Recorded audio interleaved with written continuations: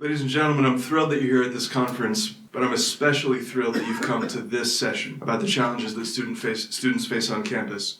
We're going to hear, as Alan said, from Talia and Tamara in a few minutes. But let me see if I can try to set the table for the experience and the insight that they'll serve us in a moment. The challenges on campus for students of faith, for friends and defenders of the State of Israel, for traditional Jews, is a challenge that speaks in different voices. I thought that to begin, one way to understand the challenges of Jews on campus is to see where they manifest. So I want to address myself now to the experience of students in the room, and I want to take a tour of the campus. Let's start in the shared public space of the university, those beautifully manicured quads, the focal point of campus communal life, once hoped to be the ground for fruitful interactions between students and to foster collegiality between students and teachers. The free spaces on campus have been conscripted. They've been conscripted into the culture wars, and they're grounds for the activism and displays of protest that so many of our students see. It's here that student groups rehearse grotesque parodies of the so-called Apartheid Wall and pretend to suffer as oppressed Palestinians at the hands of the IDF, other kinds of grievance charades. The public spaces on campus have the effect of driving Jewish pride into private sentiment. And so the next location, the dorm room, the little room where students are afforded privacy, that's where students retreat from the demands of the public. And what's waiting for them there? Logging into their computer and on their phone and their tablet is a social media environment that's simply toxic. Now, of course, it's true that students can live in an entirely curated social media environment where they only interact with like-minded students, totally homogeneous, that everyone believes what they believe. But that option, of course, is simply an acknowledgement that the student body as a whole is too unfriendly a place for them. Social media campaigns against Jewish freedom and Jewish practice are so menacing because they're inescapable. They invade even the inner chambers of a student's consciousness. So what about the purposes of the university as a whole? Why do students go there in the first place? The third location that I want to tour is the classroom. Now this I cannot overstate enough. Learning is the point of the university. It's in college that can be among the most important years of a student's life. It can deepen you. It's a time when one can be immersed in great ideas and great culture, in the great artistic and intellectual patrimony of the West. There's an experience that I think is unique to the university. It's an experience that you hear many times, like a student reading Plato's Republic as a freshman. And by the time you're a graduating senior looking back, you realize that that book opened up dimensions of the imagination and the soul and the intellect, and that that single book was the most important, rewarding, significant intellectual experience of the most important formative years of a young woman or young man's life. But now we've arrived at a deeper level of our problem. It's not just the student activism and BDS and Students for Justice in Palestine. I want to focus now on the intellectual problems that we face, which I think is the deepest campus problem of them all. Think about it. Does what I just described about Plato's Republic, a truly great text, does that happen with at least as great a text and perhaps the richest text of them all, the Hebrew Bible? The Hebrew Bible being the most dramatic story ever preserved of the formation of a people, its rise and eventual fall, of that people's kingdom, and by the way, that people, our people, the flowering of those ancient Israelite roots. We who still live here, is there any more exciting story than that? But here's the truth, and here's my deepest concern about the universities. You cannot study that story, as I've just described it. Perhaps the most consequential story in the history of the world on most campuses today. And it isn't just studying the Bible with moral seriousness. What about great Jewish philosophers and great Jewish texts, or the heroic figures of Zionist history? If you wanted to, at which schools could you enroll in a seminar on the statesmanship of Theodore Herzl? Not in America, not in 2019. Now, why is that? Here I think we get to the final area of disappointment, of concern for us. And that's not the classroom, that's the library. Tenure is the prize for academics, and for good reason. We can all understand why professors want that recognition from their colleagues after so many years of academic apprenticeship. Why they would want the recognition of their competence, their true scholarly competence. The way to get tenure, of course, is to publish peer-reviewed academic articles, not by being a great teacher. So research is the coin of the realm. And the secret of college curricula is that they often serve the professor's research agenda. If I'm a professor and I want to write an academic article, or an academic book about a certain subject, there's no more efficient way for me to master the secondary literature of that subject, or to really figure out what I think about it, than to teach a course about it. The field of Jewish studies is the consequence of that tenure system. The field of Jewish studies attempts to satisfy the criteria of Wissenschaft Judentums, a scientific study of Jewish texts. That dominates the research agenda, and so it comes to dominate the teaching agenda. And it means that the Bible is indeed taught on many college campuses, but the story I was just talking about, taught with moral confidence and inspiration, something that could dimension a student's soul, that is not how the Bible is taught on college campuses. The academic research agenda is about technically dating different composite sources within the text and identifying scribal discrepancies. The most important questions that a student can ask: what can I know? What must I do? What hopes can I have for love and death, freedom and tradition, war and peace, redemption and law? The existential questions: who will I marry and build a family with, and what kind of family am I going to have? Upon which altar am I going to sacrifice my creative energies and intelligence? What God will I worship and serve? These are not questions that professors think they're supposed to help students think about. And so the true Jewish alternatives, the life of Torah scholarship, the life of political and communal service, the life of Jewish nationalism and building up the Jewish state, the life of finance and philanthropy, the life of Jewish education and Jewish teaching, the life of a Jewish parent. These are not part of what universities are designed to engage. Let me just conclude my remarks by saying something I want to make clear. I'm the product of great universities, and I'm grateful to excellent teachers, rare and increasingly rare, that I had there. One should not have any kind of joy in enumerating the troubles, social and intellectual alike, that metastasize on campus semester after semester. I think that would be a mistake. At its best, the university remains a singularly noble idea. It's a place where, if you're lucky and you're blessed with great teachers, you can still encounter sublime art and history and politics and philosophy. And the moral ideas of even Judaism can be a deepening experience. But to do that, in this environment, will take real courage, and it will take an awareness of the effects of anti-Semitism. I think that's what Tamara Berens first, and then Talia Katz are now going to discuss. Thank you, Jonathan. This morning, I'm going to speak about my experiences with campus anti-Semitism, its corrosive effects on broader society, and how Jewish leadership can confront it. The great Ruth Weiss argues that anti-Semitism is a political invention. Anti-Semitism is used to rouse opposition to what the Jews represent. In the United States and the United Kingdom, where I'm from, this means freedom and the ability to succeed in a liberal democracy. The presence of anti-Semitism indicates that something sinister is happening to our wider culture, that the freedoms we all cherish are under attack. My experience at university in London showed me the dangers of unchecked anti-Semitism. A few months before I started at King's College, Ami Ayalon, former head of the Shin Bet and proponent of a two-state solution, was met with a vicious anti-Zionist protest. They smashed a window, set off fire alarms, and Ami Ayalon was silenced. Jewish students had to escape the event through underground tunnels. My university's response inverted the principle of individual responsibility. They did not punish the Palestinian protesters. To the contrary, they decided that the Israel Club was to blame for bringing on the violence.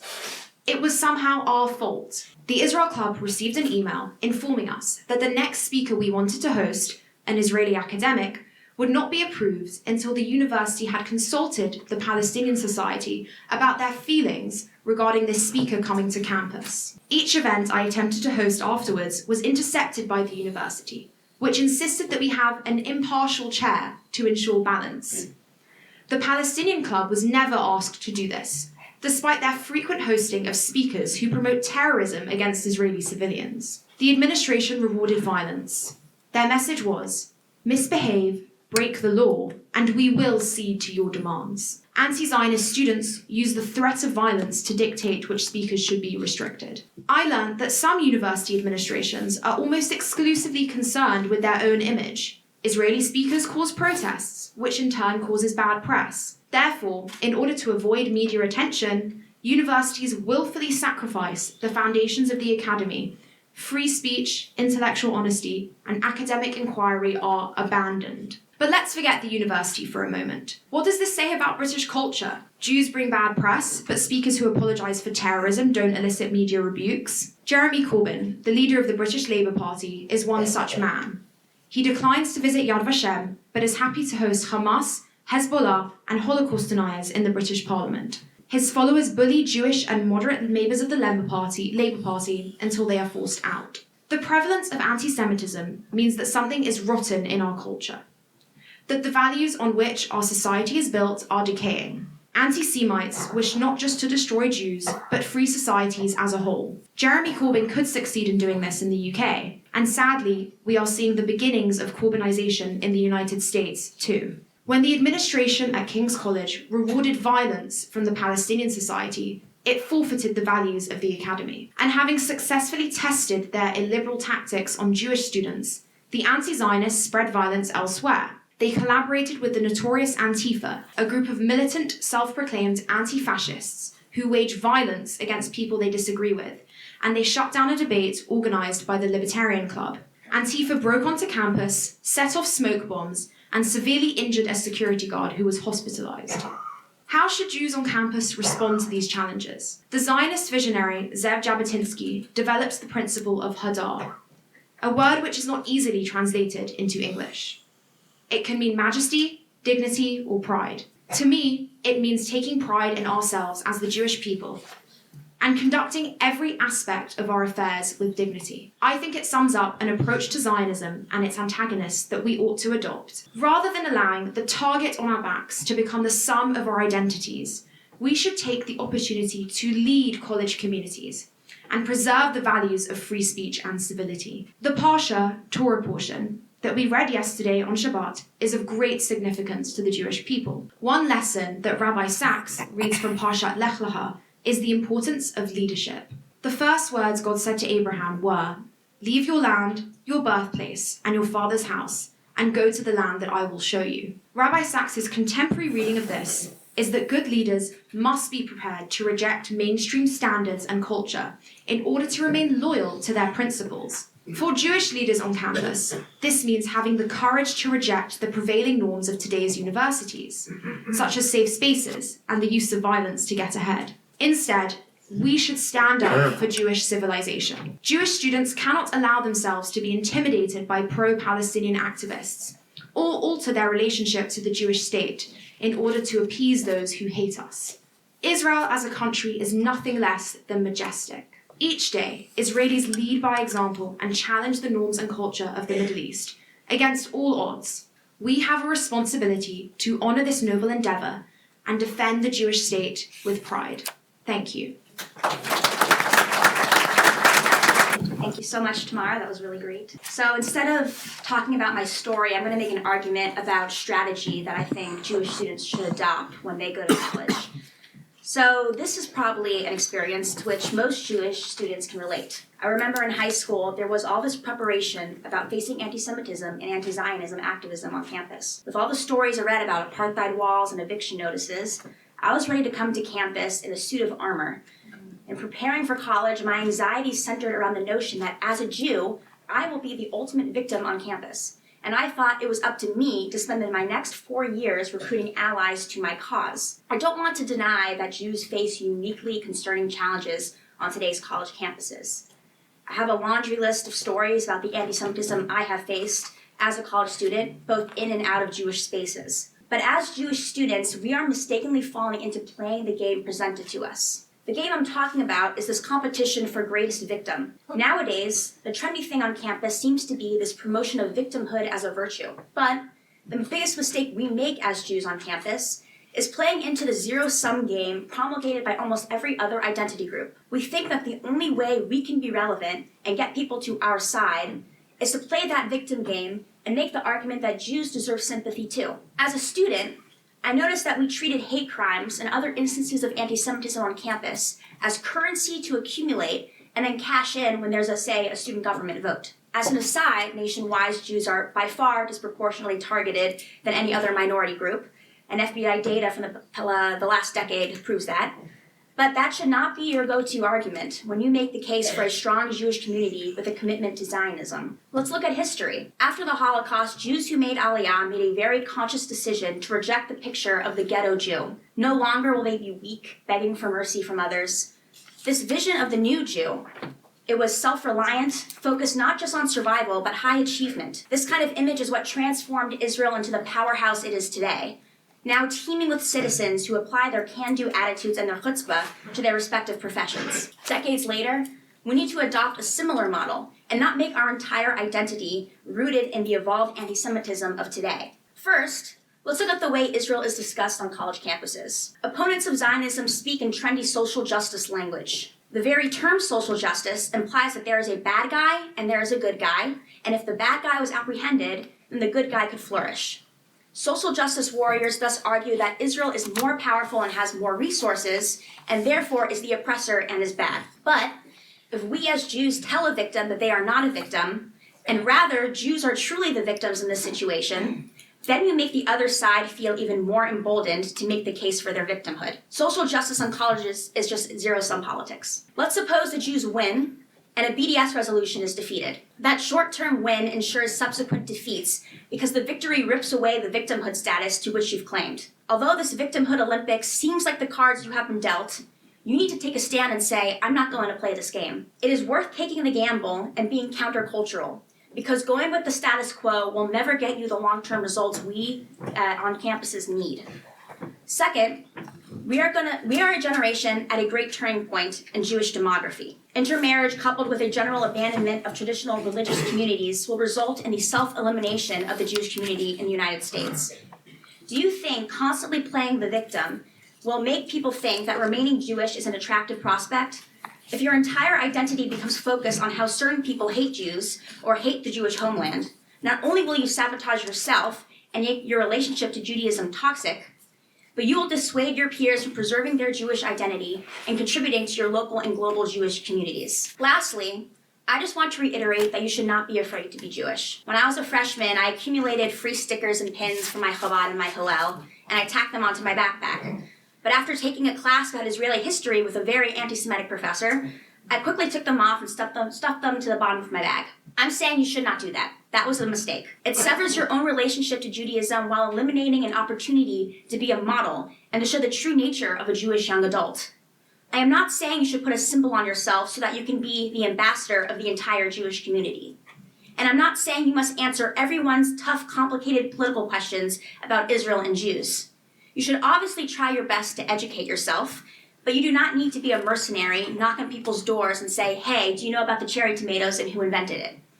You don't have to answer the questions of an SJP student asking you about the occupation just because you're wearing a kippah. What I am saying, though, is that by being outwardly Jewish, you make Judaism a less foreign concept to people. I don't want to draw any strong equivalence between Germany in the 1930s and college campuses today, but it might be useful to take Germany's anti-Semitic propaganda as an example of my point. The German government issued these board games for German youth after World War I, which were basically like German Candyland. And the first prize of that game was Get Rid of the Jew. The German government also would distribute propaganda that depicted Jews as vermin, as subhuman creatures that imposed the very worst of communism and the very worst of capitalism on German society. That is the only association young Germans had with the Jews.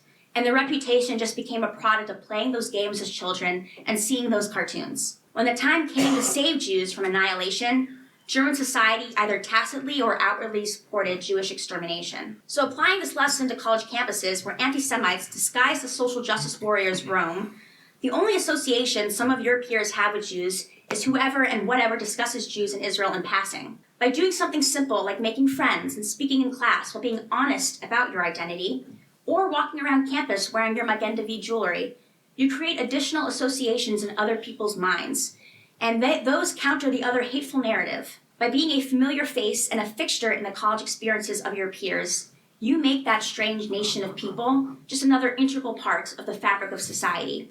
It's a simple move, but I think it's powerful. In short, do not fall into the temptation to play the game of other identity groups play. Be a proud Jew. Do not be silent about the struggles Jews face, but also do not be silent about the other aspects of the Jewish nation.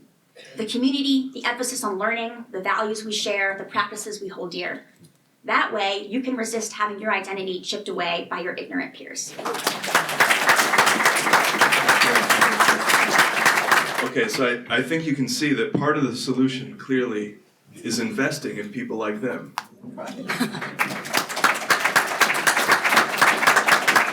That's what we're doing at TICFA in our high school programs, in our college programs, in our gap year programs, in our more advanced programs for rabbinical students and young professionals. In general, though, if we can help the universities and establish oases of Jewish excellence within them, it would be a resource for like-minded students wherever they are.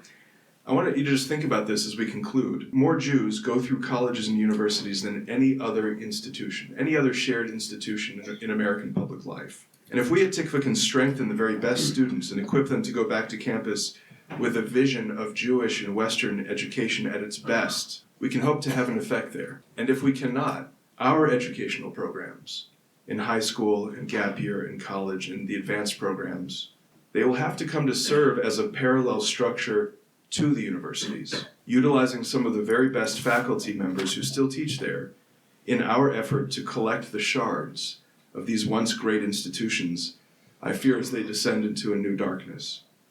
We'll try to offer in that case a little light.